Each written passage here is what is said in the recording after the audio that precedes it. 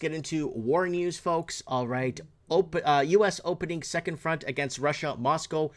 Western meddling in other countries' affairs has always left only scorched earth behind, says Deputy Foreign Minister has said. This is very important, guys, because the chess pieces are moving around. Washington has long been eager to open a second front against Russia in the South Caucasus by interfering in regional affairs. Deputy Foreign Minister, I'm not going to read that, has said. His comments came amid an all-time low in ties between Russia and the U.S. due to Washington's push to support Kiev in its fight with Russia. So basically, this is USA versus Russia for the longest time. It's a war of attrition, and it's money laundering, like we've been telling you since day one, and why we never took. And what did we say on this channel? Well, we made a couple of videos, and I made one with Supreme Cannon.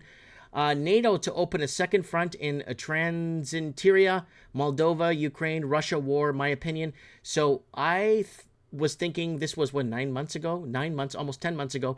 I was thinking it was going to be in Transnistria. I can't pronounce that, but that's where I thought they would open a second front. I was wrong, because it looks like it's going to be somewhere else they may be opening.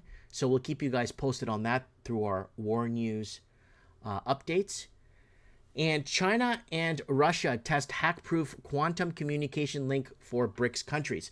Now, we've been talking about the BRICS countries since it was announced by Brazil. Brazil made the first announcement with Dilma Rousseff, the president of Brazil. She made the announcement that they're going to go off of a new currency that's going to be backed by other things, and not going off the U.S. standard of currency.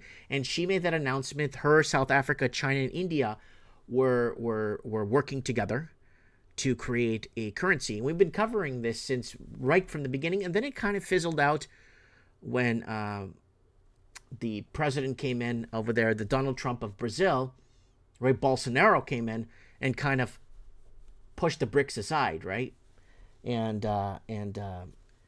it's kind of interesting how these kind of things play out internally or within each other. So China and Russia to test hack-proof quantum communication link for BRICS countries. Scientists in Russia and China establish quantum communication encrypted with the help of secure keys transmitted by MOSI satellite. All countries that are interested in technological leadership know that without quantum technology, they won't succeed, says quantum researcher. So, because it can process data so fast, and quantum communications encrypted with the help of secure keys transmitted by China's quantum satellites. And they're going to test it with the BRICS currency and see what happens with it. I think this is a road to disaster, if you ask me. What do I know? I really don't know much of anything, but I do feel things. And 100 Palestinians killed in central Gaza as Israel intensifies ground offensive. And there it is right there. At least 100 Palestinians have been killed and 158 others wounded in Israeli strikes in the central part of Gaza Strip over the past 24 hours as an occupying regime intensifies its ground offensive in the besieged territory. And Israel demands U.S. launch regime change war against Iran. And that's been going on for a long time now. Israel's demanding the United States escalate the Israel-Hamas conflict by attacking Iran and bringing down their regime. Just one day after Senator Lindsey Graham called for the U.S. to hit Iran and wipe it off the map, former Israeli Prime Minister Naftali Bennett penned a column in Wall Street Journal on Thursday titled "The U.S. and Israel Need to Take Iran on Directly." And I had this open. I don't know why it's closed. Come on, baby. Come on. And there it is right there. Need to take... So we're going into real hot war in 2024, folks.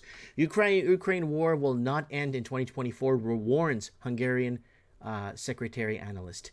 So the Hungarian secretary expert predicted in an interview that with Hungarian news outlet Index that the war in Ukraine will not end in 2024 as both sides remain evenly matched. I don't know about that, but it looks like it's going to be with more money laundering, perhaps.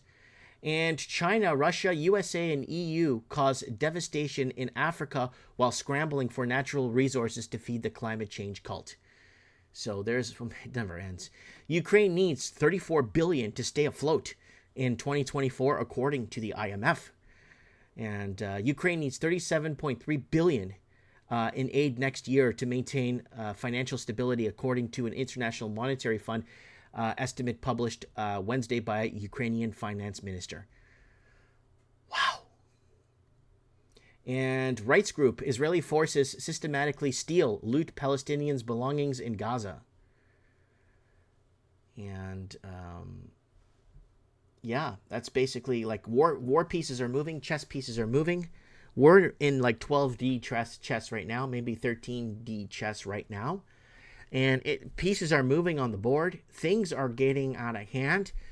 And again, they'll do whatever they have. They'll burn the earth through the ground before they take accountability for the last 4 years. They'll do whatever they have to do, right? Even canceling an election to create a civil war in America, they'll do it. They'll cancel an election to create a civil war in America to not take accountability for the last 4 years, because that's how bad it's been. And that's how bad they've been treating us and how we've been treated here.